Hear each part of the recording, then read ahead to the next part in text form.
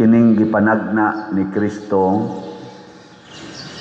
o dili magini panagna no, iyang gibutyag kay mao man ni ang mahitabo gyud nga sa dili pa matapos ang kalibutan, either kalibutan nga kanigyong universo or ang atong individual na kalibutan, matud pa niya paantuson o sa mog maayo, dakpon mo, taralon mo hukmanan, paatubangon mo mga hari, ang uban ninyo patyon, ug mao gyud nahitabo ang iyang mga apostoles sa wapa mga matay, pasabot wapa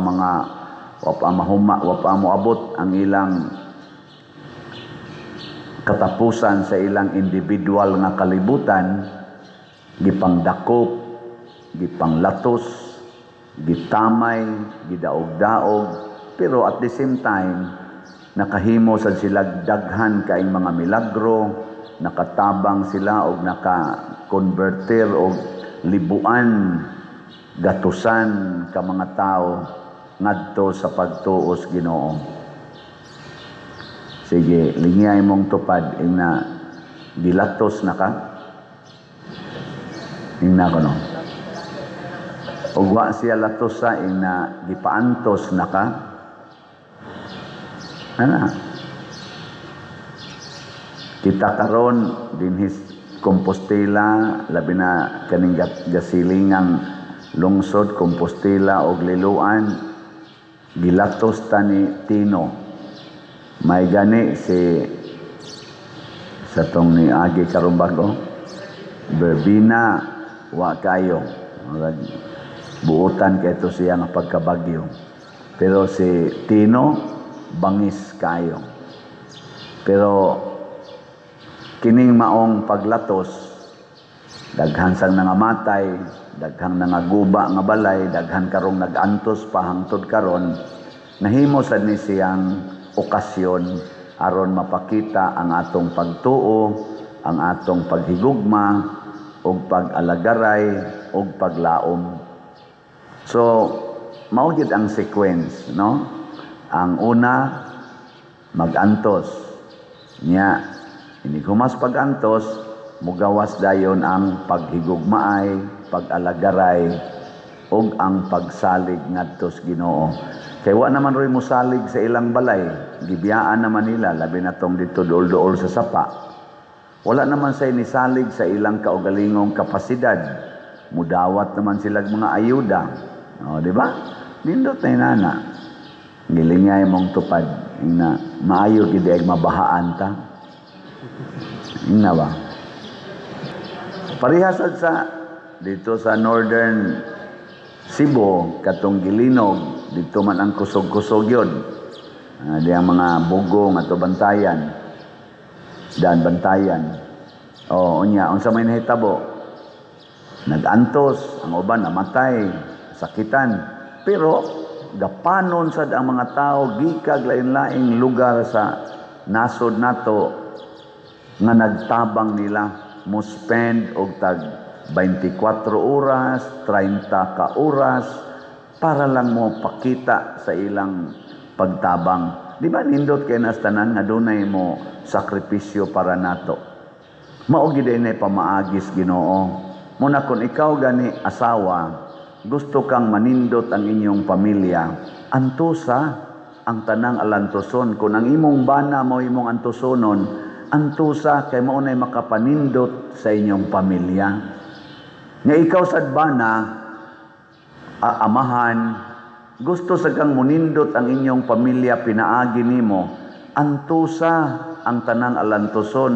Kung ang imong asawa mo imong antusonon, antusa kay maunay agianan sa nindot nga kalambuan sa inyong pamilya. Mao sa nahitabo sa atong simbahan, ang mga apostoles, si Kristo, si Mama Mary, ang mga santos, nangandoy nga manindot ang atong simbahan.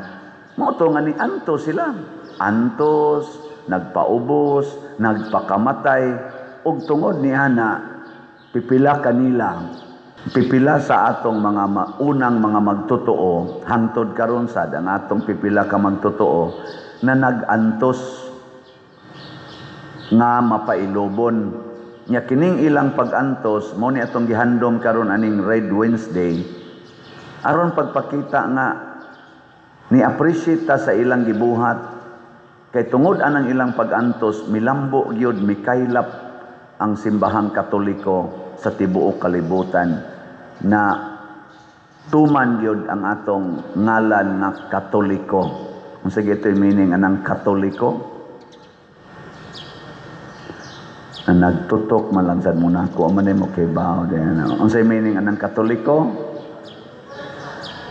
Sa in English, universal. Sa Bisaya, malukpanon or sa tibuok kalibutan. Muna nga ang Katoliko gikan dito sa Jerusalem, iabot sa Roma, nahimo gid natong head gani ang Roman seat. Kaya tuaman dito ang atong sentro sa authority kay nangadto man si San Pablo o si San Pedro dito man sila nangamatay. Mao na nga gikan diha ning kaylap gyud sa tibuok kalibutan ni abot nga his Compostela. Og ang nakapakaylap ani mga igsoon mao gyud ang pag-antos og kamatayon sa atong mga apostoles o mga santos. Unya kung gusto patang ato ning pakaylapon sa sunod pang generations, unsa may itong buhaton? Unsaon man?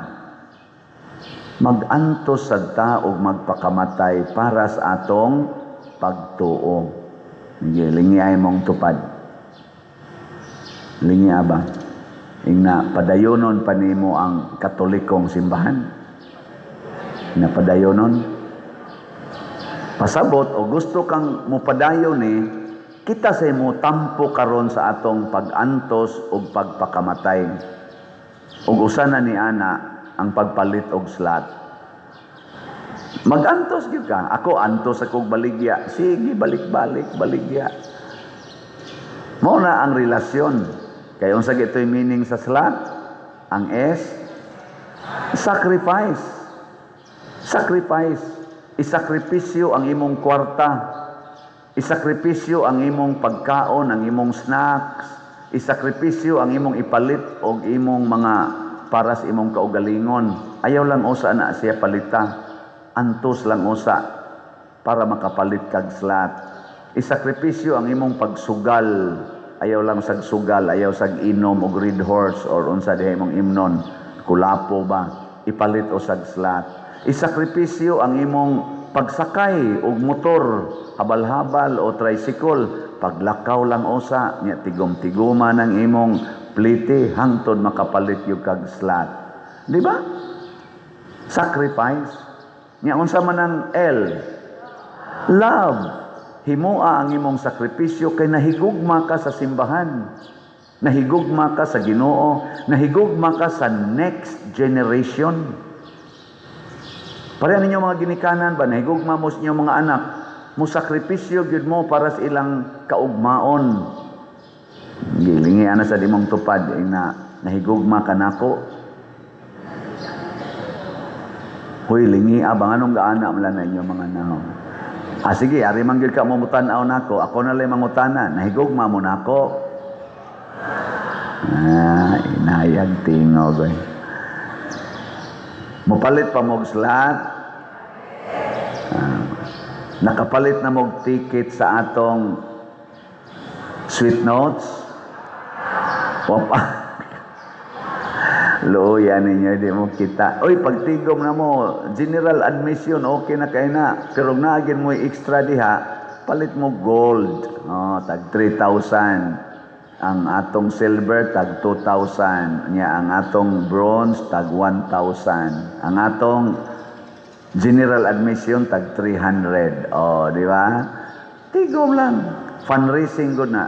Ayaw na lang anang tanaw kay ato sang yampo no nga maayo ang sitwasyon sa Sweet Notes couple kay para maayo ilang pagka-perform, pero ayaw na lang anang ma-entertain ta kay may magina sila mo entertain. Ang ato nga makatabang ta kay gusto maghatang atong papadayonon kining atong katolikong simbahan dinhis Compostela. Fundraising man na nato. Bahala na ganig di ta katanaw. Daghan kay ron sa ato mga online parishioners, congratulations kay namalit mog ticket. Ang uban nang donate. Pader, mohatag lang mi para support sa inyong fundraising. Di na sila katanaw. Mohatag lang sila. Uy, atong pakpakan oy ang atong online parishioners. Ubay-ubay na gid nila ang nihatag nya. Di ra sila katanaw. Nya moingon lang ko usahay kung makaabot og unsang tikita, basig na amoy patan-awon. Ato lang sang tagaan sila ticket. No, ana. Mo lang sanay atong isulti kamo mga atong in charge sa Sweet Notes nga fundraising ug naay mo taga-abroad inyong mga kaliwat mo ingon mo donate lang ko in support sa inyong fundraising na basig na kay patan-awon pari alang dire ana ba nagantos in taon sila oy nya nga ato sang PPC ug PFC nagantos ag maayo nindot ba atong decoration karon hibaw mo kinsa say nagantos ani ang atong PYCC atong pakpakan atong PYCC pwede na sila mga matay. Pero nga naman sang aktibo man ang ato mga youth din tungod ninyo mga tiwasonon. Inyo man ang mga anak, inyo man ang mga apo, inyo mang natudluan og maayo kay giantusan man sa inyo dangan ni simbahan, tudlo og pangadsi. Mao nang kamao sad silang moalagad og simbahan. Mao ni ang teknik nga gusto ni Kristo, paantuson mo og maayo aron maluwas. Diri sa unang pagbasa, way antos-antos sila sa to Belsasar, anak ni Nabucodonosor, la inom, kaon, sayaw, kuyog sa mga asawa, mga kabit, mga higala. Murabag ka ng balita ba nga dito kunos Malacañang abot tinuod ba ni? Di lang sa kumuka pero ato lang sa ning isulti kung tinuod man ni mura-mura rasad ba nga bala inom, concert, unsa pa na ilang gipangbuhat diha. Kaon kuno anang pulburon unsa nang pulburon nya suwaag coke ana unsa may resulta sa ilang pagsigig happy-happy sa ilang wa magantos gigamit nila ang mga balaang mga galamiton sa templo nga ilang gikuha kadto mga chalice mga siburyo mga imnanan mga baso nga balaan ilang giinuman didto gasimba pa silang Dios-Dios ang ending mga igsoon ng luspad ang hari nangurog ang tuhod o nasubo pag-ayo meaning kasakit karon unsa man sa nahitabo sa atong nasod sige sila graft and corruption purting daghanang gipangkawat gikan sa mga projects nato sa infrastructure sa education, sa agriculture, hastang budget gani sa mga DSWD, gipangkuhaan na, hastang budget sa uban pa sa kapulisan, o uban pa sa atong defense, gipangkuhaan na, hastang budget sa atong import, export, gipangkuhaan na. Unsa may resulta? Nag-antos ta. Apan kun ato ning balihon, kita na sad nga mga leader sa nasod gagmay og dagkog posisyon kitang mga butante og mga taxpayers magantos ta para sa nasod din ang mangurakot maghigugmaay na maghatagay naglugar dili na nang siging inilugay anang yuta tarungo na nato ang atong pagtuman sa balaod labi na ginang due process labi na ginang mga balaod sa pag-amping sa mga sapa, sa mga dagat, sa mga bungtod, sa mga kakahuyan. Ug ato nang tumanon, antusan ta na. Unsa may mahitabo? Uy, nangamatay na mo diha. Unsa may mahitabo? Mubalik pagnindot ang atong nasod. Mubalik pagnindot ang atong katilingban. Mahimo na sa tang safety and secured. Kay nagpakabana naman ta, naginantusay naman ta. Hinaot paunta mo na'y mahitabo. Matud pa sa atong tubag sa Salmo. Unsa to?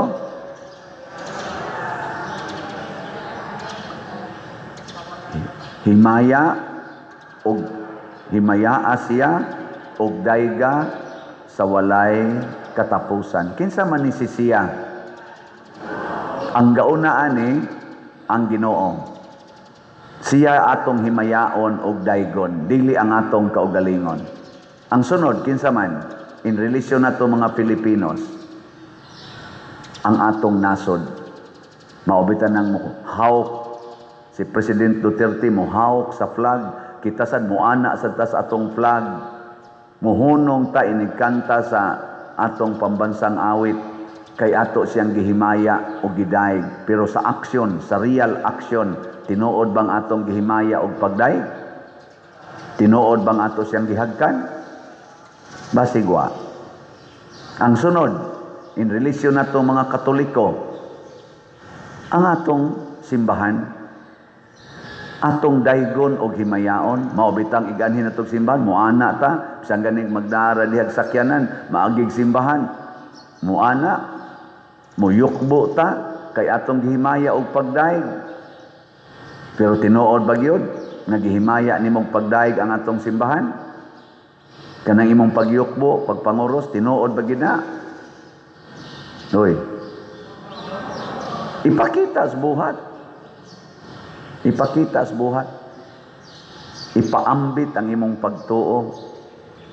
Tagai og higayon ang imong silingan nga makasinati sa imong gugma og pagtuo. Dili kay magsigig ingon naa man ta simbahan, naong ana naa ra man ta simbahan pagkayawa og batasan. Ay naidaghan na namin. Ambot nanimba ba kang uban? Sigig simba pero napay gibungulan. Ang gibungulan pag yun, ang iya pag yung igsuon, pastil. Kaway ayo. Sigig simba pero sigig paningil anang utang, ikiha pag yun ang nakautang.